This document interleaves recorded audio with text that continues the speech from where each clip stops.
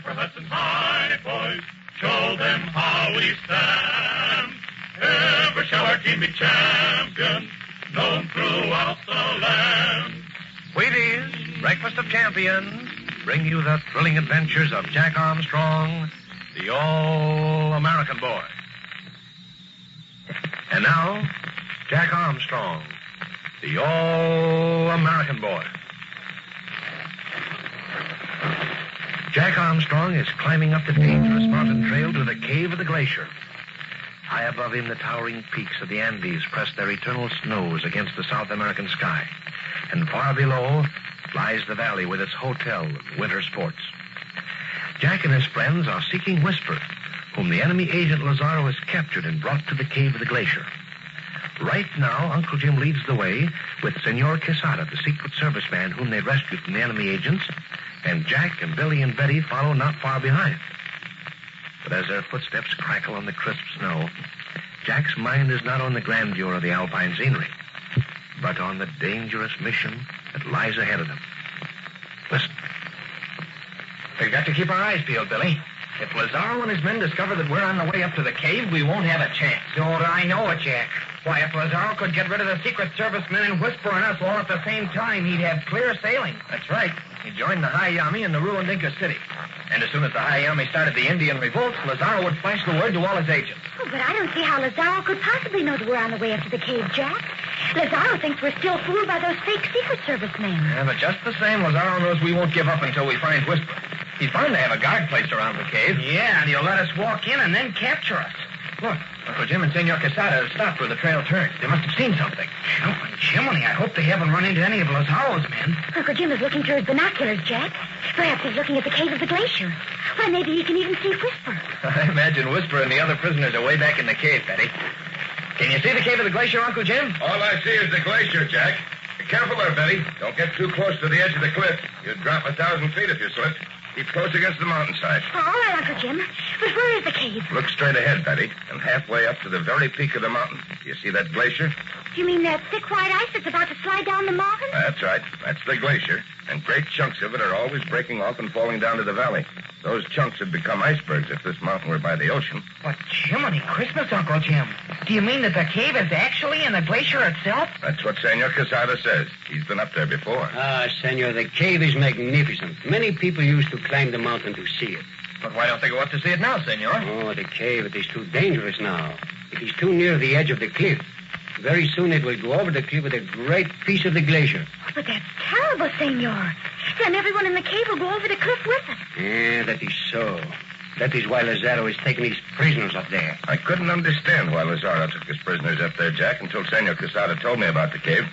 The glacier moves very slowly, of course, but the cave's very close to the cliff, and it's almost time for another chunk of glacier to break off. Jumping Jiminy gee whiz, and Lazaro is going to keep whispering the others there until it does break off. Yeah, that is so.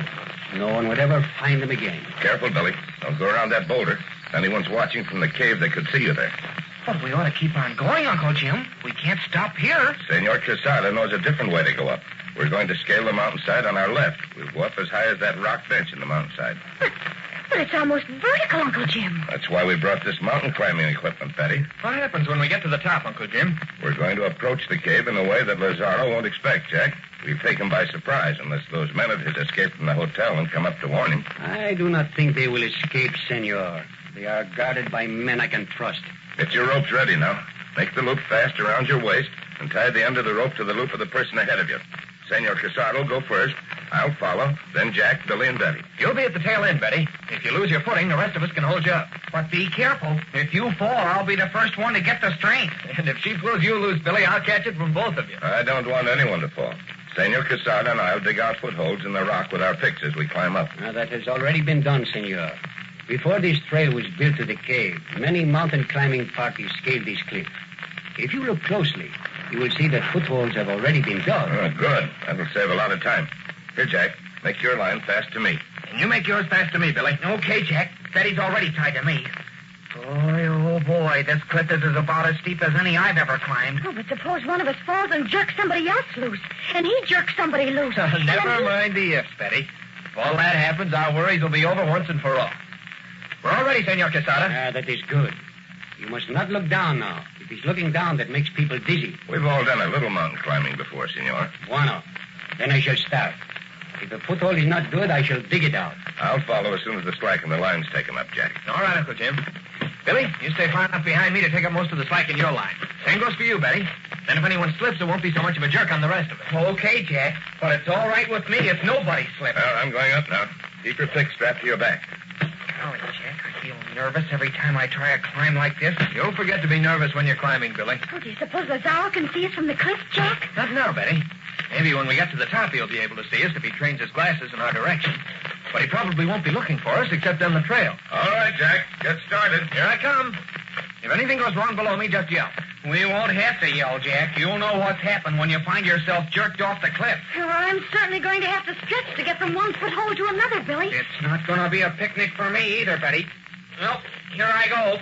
Don't keep your line too tight, Billy. Got to have a little bit of slack. I'll watch it, Jack. And don't you come falling down on top of me. Senor Quesada and Uncle Jim would have to fall first, Billy. Come on, Betty. Get started. All right, Billy. Oh, look how high Senor Quesada is already. Yeah, he's moving right along. And we've got to climb just as fast, too. Watch this foothold when you reach it. It's crumbling a little. And there's some ice in this crevice up here, Billy. Pretty slippery. Hey, Jack, you're moving too fast.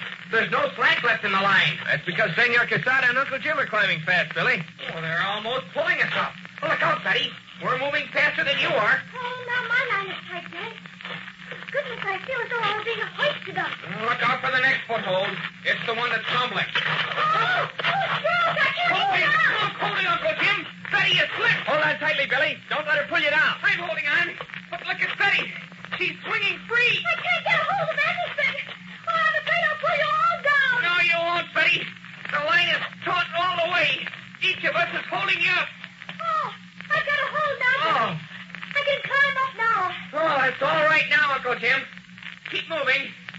Boy, it's a good thing we had these lines fast when we started up. How you now, Betty? Feel all right? Oh, I feel a lot better now, Jack.